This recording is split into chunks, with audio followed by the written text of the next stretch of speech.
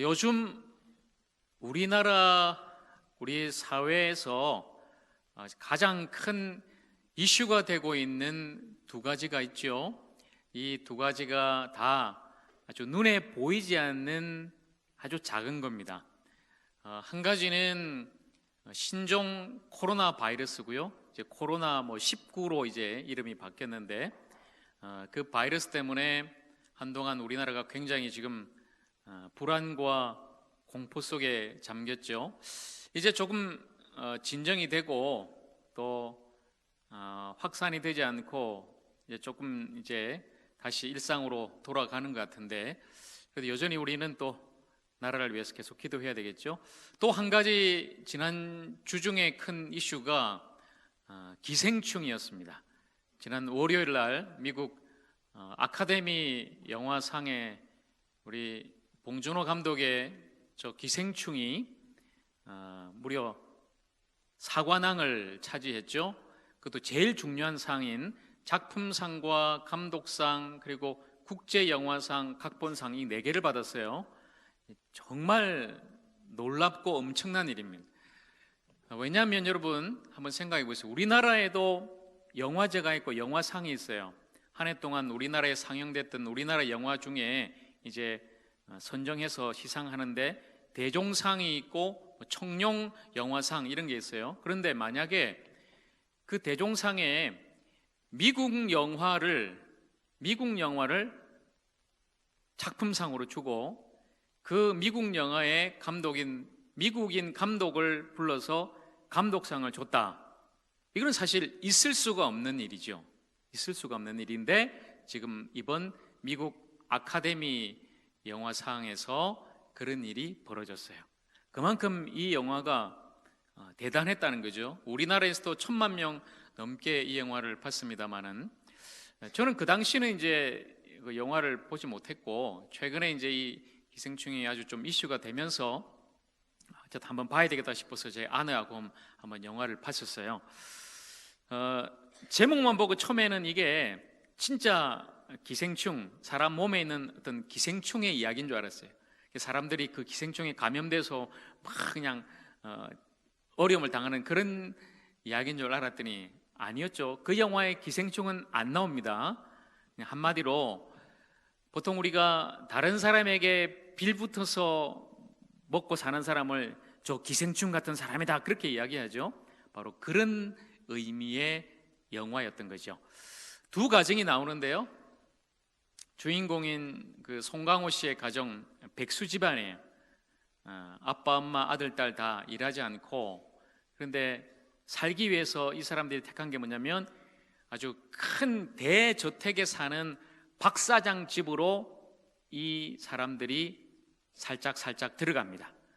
제일 처음 아들은 그 집 딸의 가외교사로 들어가고요, 딸은 그 집 아들의 미술교사로 들어가고, 아빠 송강호 씨는 그 사장의 운전기사로 들어가고, 엄마는 그 집의 가정부로 들어가요. 그러니까 그 집에 들어가서 이 사람들이 살아가는 거예요.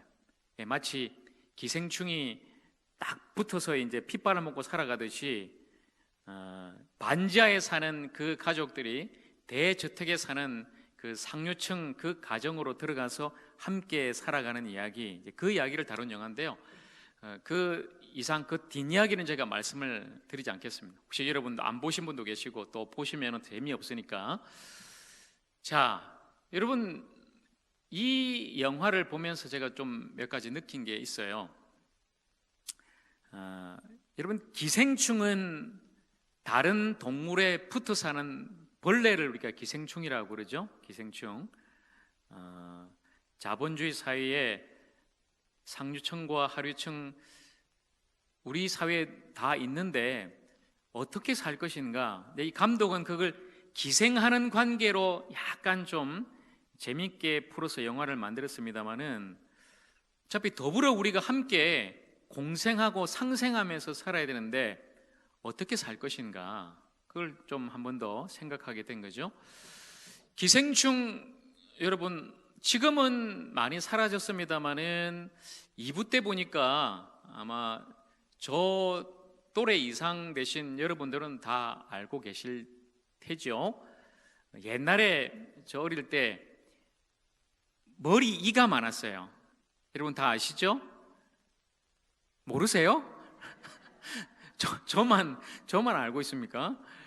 어릴 때 신문지를 딱 펴놓고 머리 이가 많아서 그 찬빗으로 할머니나 어머니가 머리를 싹 빗기면은 거기 이제 이가 툭툭 떨어져요. 그죠? 그러면은 이도 떨어지고 그 이 알을 뭐라고 그래요? 예, 석회라고 그러죠. 석회. 옛날에 저 사는 동네는 그걸 쇳깔이라고 그랬어요. 쇳깔에. 그래서 그 이를 어떻게 죽여요, 여러분? 손톱으로 탁탁 놀려가지고 똑똑 소리 나죠. 그러면 그렇게 이를 잡아 죽였던 생각이 납니다. 그 머리니가 기생충이에요. 사람 머리에 기생하면서 피를 빨아먹고 사는 기생충. 또 한 가지는 옛날에 회충이 많았어요. 회충. 요즘은 잘 없는데, 그래서 제 어릴 땐 학교에서 체변 검사를 했습니다. 여러분도 해보셨죠? 예. 다 모른 척하고 그냥 가만 앉아 계시면 안 돼요, 여러분. 다 그냥 반응을 해주셔야 됩니다. 1년에 2번 봄, 가을로 체변 검사를 해서 조그마한 비닐팩에다가 그걸 담아 가져가면 이제 검사를 해서 회충이 나오면은 학교에서 약을 줬어요. 학교에서 회충약을 주고 그렇게 했던 기억이 나는데요.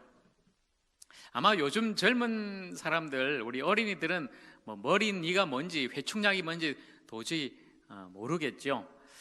여러분, 그렇게 기생충은 다른 동물에 붙어 사는 벌레를 이야기하는데, 오늘 말씀의 제목은 기생인입니다.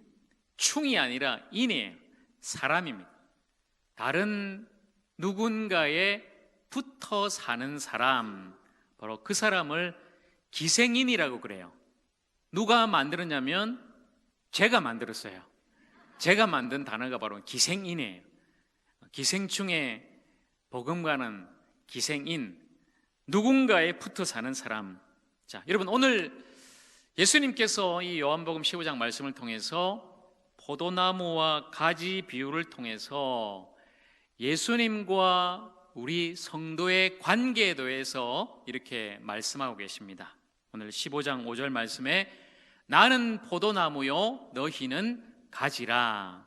저 사진에 나오는 것처럼 예수님이 포도나무가 되시고 우리는 그 나무에 붙어 있는 가지라는 것이죠. 그리고 그 가지 끝에 아름다운 풍성한 포도 열매가 주렁주렁 맺혀지게 되는 것입니다. 우리는 이 말씀 속에서 주님과 우리의 관계를 확실하게 알 수 있습니다. 바로 그것은 붙어 있는 것입니다. 붙어 있는 것입니다. 가지가 포도나무에 붙어 있듯이 우리도 주님께 붙어 있어야 한다고 주님이 말씀하시는 것입니다. 가지는 나무에 붙어 있으므로 살아있는 것입니다. 그 가지가 조금이라도 그 나무에서 떨어지면 그 가지는 살 수가 없습니다. 나무는 뿌리를 통해 공급받는 수분과 양분을 그 가지에 계속해서 흘려보냅니다. 그러면 그 가지는 나무가 전해주는, 공급해주는 그 생명력을 받고 그 생명으로 살아가게 되는 것입니다. 바로 살아있는 가지가 되는 것입니다. 그래서 그 가지에 꽃이 피고 열매를 맺게 되는 것이죠. 우리 역시 포도나무 대신 주님께서 공급해 주시는 은혜와 말씀으로 우리는 살아가는 것입니다. 우리 힘과 지혜로 살아가는 것이 아닙니다.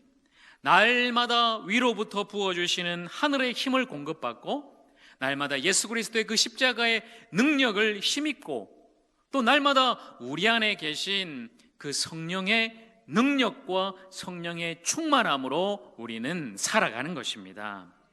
그 모든 것은 가진 우리가 포도나무 대신 주님께 붙어 있을 때에 가능한 것입니다.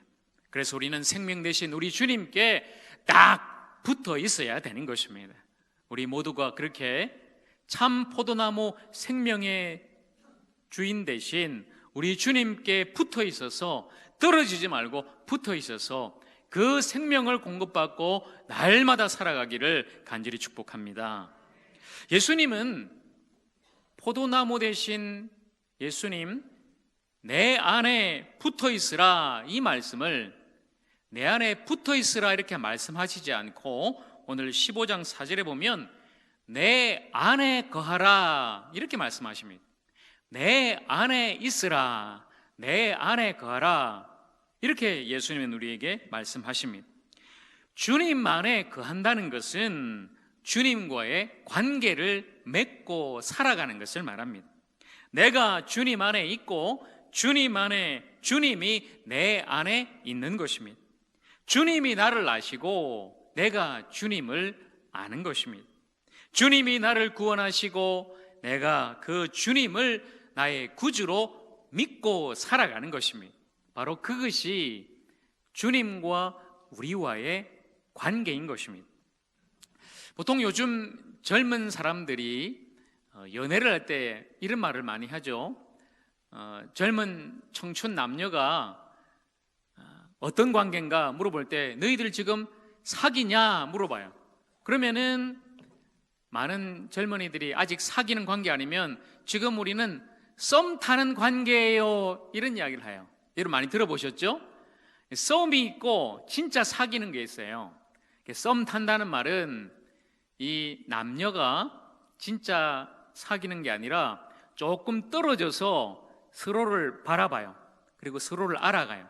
이 사람이 어떤 사람인가, 진짜 내가 사귈 수 있는 사람인가, 내가 사랑할 만한 사람인가, 조금 떨어져서 서로를 바라보는 것이 썸이에요. 이 썸은 그러니까 붙어 있는 관계가 아니에요. 근데 여러분, 진짜 남자 여자가 사귀는 것은 어떻습니까? 붙어 있는 거예요. 떨어질 수가 없죠. 서로를 사랑하니까 사귀면서 완전히 붙어 있는 관계, 그게 바로 사귑입니다. 그러니까 예수님과 우리와의 관계가 바로 이 사귑인 것이죠.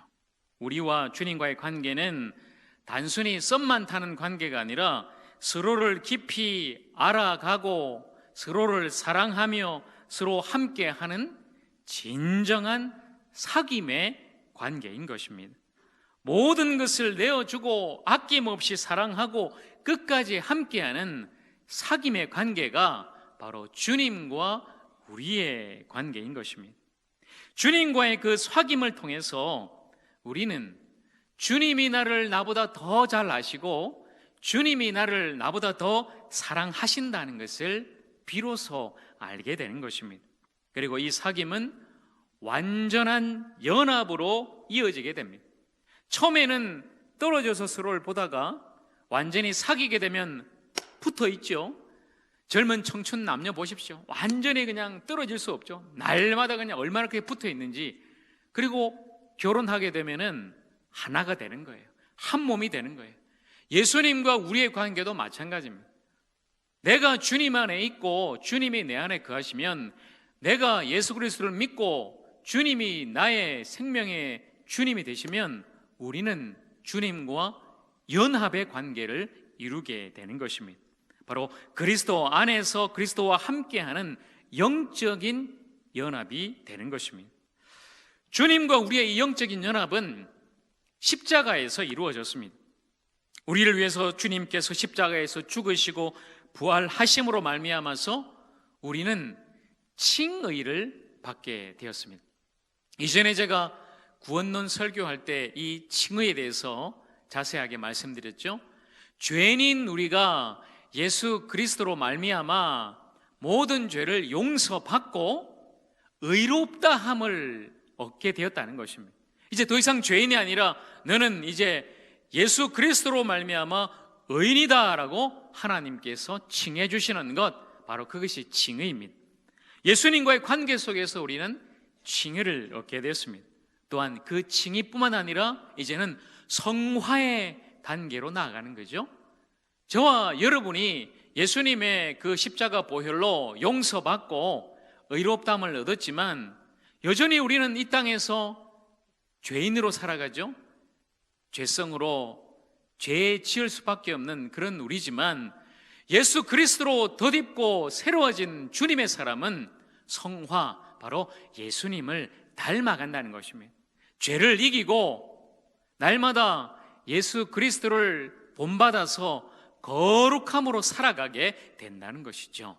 바로 이 모든 것은 예수님과의 관계, 무엇보다도 친밀한 관계, 하나된 관계, 예수님과의 연합을 통해서 일어나는 놀라운 구원의 역사인 것입니다. 그래서 그 사람은 하나님의 자녀가 되고 날마다 영원한 생명을 얻고 하늘의 복을 받는 상속자로 살아가게 된다는 것입니다. 이것이 주님이 우리 안에 거하시고 우리가 주님 안에 거함으로 받는 놀라운 구원의 역사인 줄로 믿습니다. 여러분 구원 받으셨죠? 그러면 여러분은 이 시간 주님 안에 있는 사람이에요. 그리고 여러분 안에 주님이 이미 거하십니다. 그래서 여러분은 주님과 떨어질 수 없는 관계이고 하나된 관계이며 연합된 관계이며 그 연합 안에 놀라운 하늘의 구원의 축복이 있는 것입니다. 이렇게 주님 안에서 살아가는 사람은 믿음으로 고백합니다. 사도 바울의 고백처럼 갈라디아서 2장 20절 말씀이죠. 그런즉 내가 그리스도와 함께 십자가에 못 박혔나니 이제는 내가 사는 것이 아니요 내 안에 그리스도께서 사시는 것이라.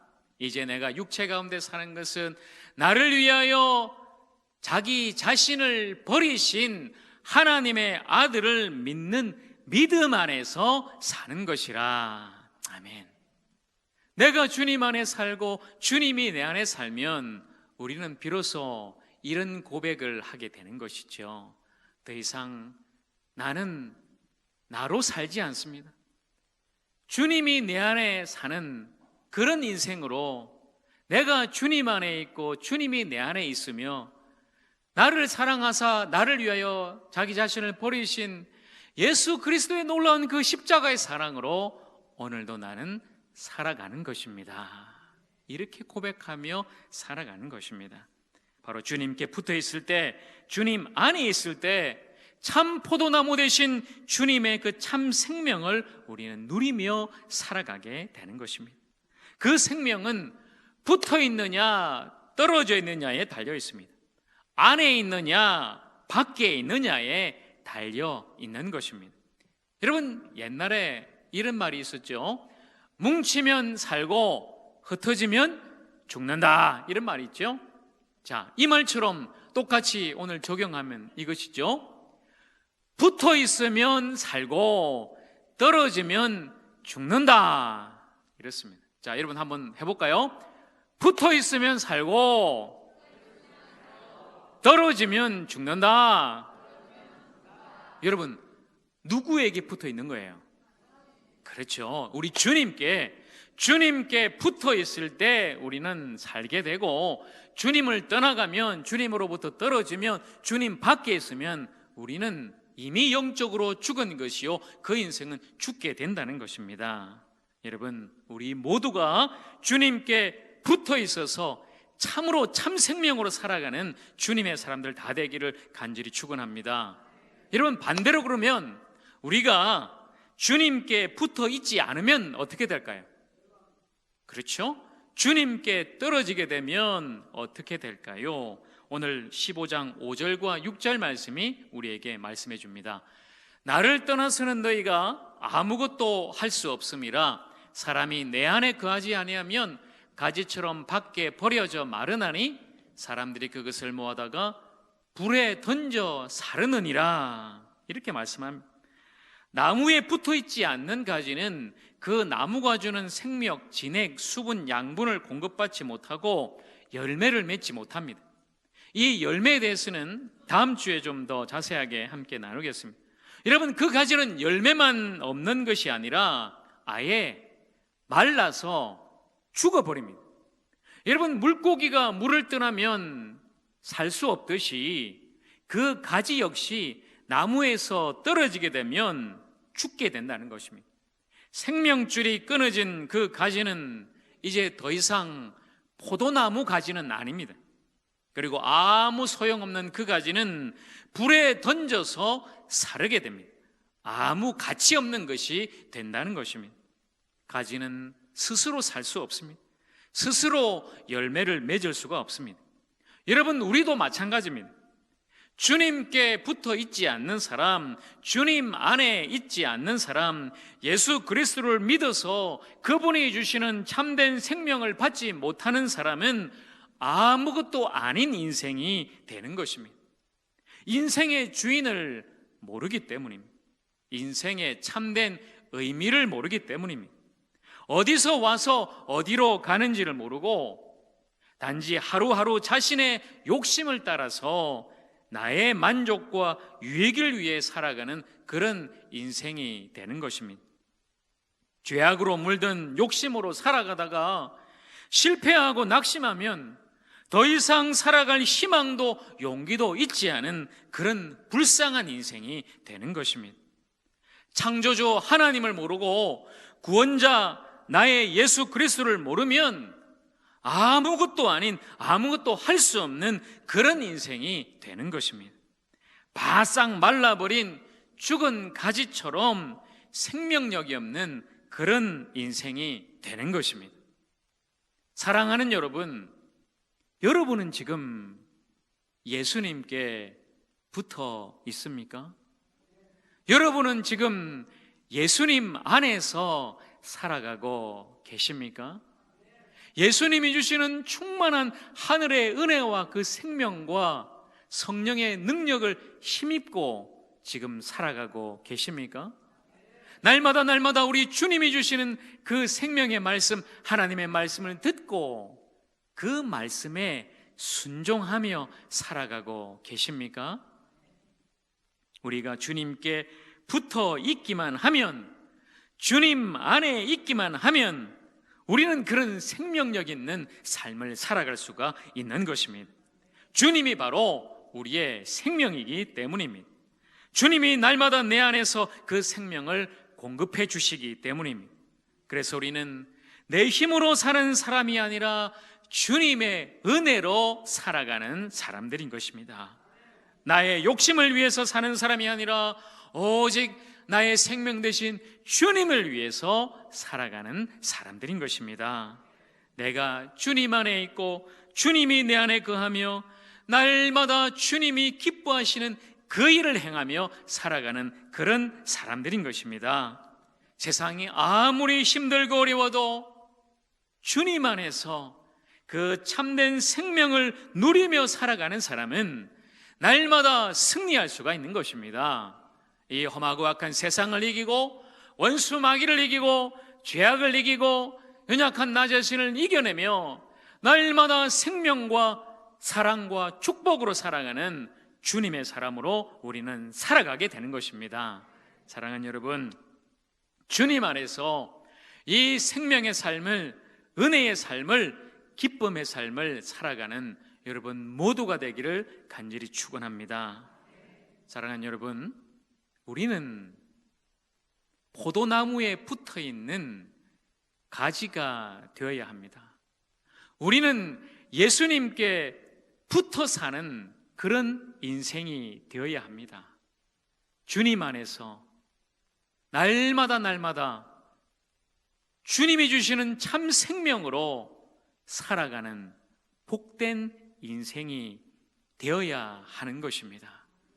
사랑하는 여러분 모두가 예수님께 붙어 있어서 예수님 안에 거하면서 그 생명으로 영생을 누리며 기쁨과 사랑과 감사의 삶을 살아가시기를 다시 한 번 더 주님의 이름으로 간절히 축원합니다. 우리 모두는 예수님께 붙어 사는 사람, 바로 기생인입니다.